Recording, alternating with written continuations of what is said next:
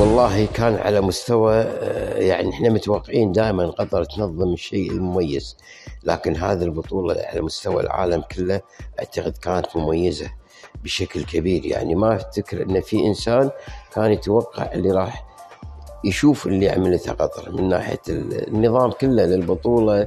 بغض النظر ما اتكلم عن مستوى، اتكلم عن ما جرى في البطولة، ما أعد هذه البطولة من أماكن للجماهير، من أمور كثيرة. يعني قطر أرسلت رسائل كثيرة ما أقدر أعدها وأحصيها في هذه البطولة للعالم الخارجي، وخاصة للدول اللي كانت تنظر لنا نظرة حنا يعني بسيطة، لكن قطر وصلت بهذه البطولة وهذا التنظيم الرائع وما قدمت إلى أعلى المستويات.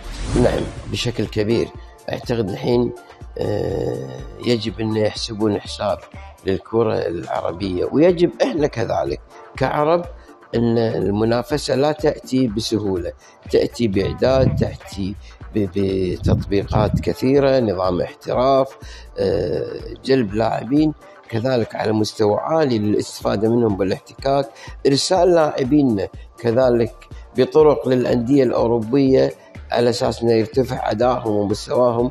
وليس صعب ما قدمت المغرب، لكن قدمته بفضل باعتقادي هذه الأمور.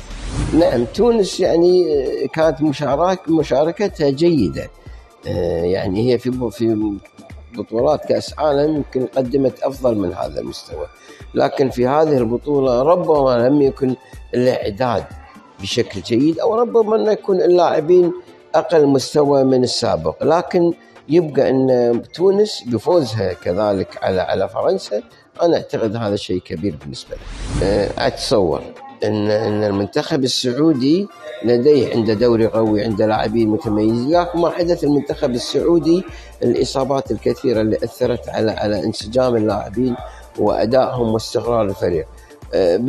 بالمسابقات القادمة أتوقع أنه راح يكون الإعداد أفضل، لأن المغرب أعطى درس كبير للمنتخبات العربية وللمدربين كذلك وللإدارات العربية أن تعد فريقها مثل ما قلت لك، اللعب مع محترفين، جلب لاعبين على مستوى عالي، الاهتمام بالقاعدة، كل هذا راح يؤدي أنا بتصوري إلى ارتفاع المستوى.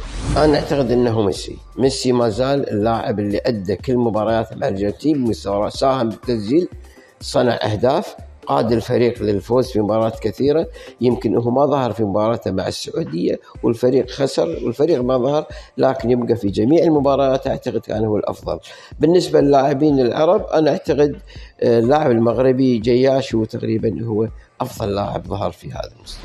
أنا أتوقع لو كانت هذه المنتخبات موجودة بوجود المغرب راح يكون هناك حماس وتدافع لإثبات الوجود من اللاعبين المصريين واللاعبين الجزائريين لإثبات قدراتهم ومستوياتهم. يبقون هم منتخبات كبيرة لديها لاعبين، لديها جماهير كبيرة تتابعها، مثل ما كان المغرب شاهدنا الجماهير اللي رافقت هذا الفريق وشجعته إلى الآخر. كذلك هناك جماهير جزائرية وجماهير مصرية ولاعبين أفذاذ على مستوى عالي قادرين أن يتعاملون مع الفرق الأوروبية وكذلك فرق أمريكا الجنوبية.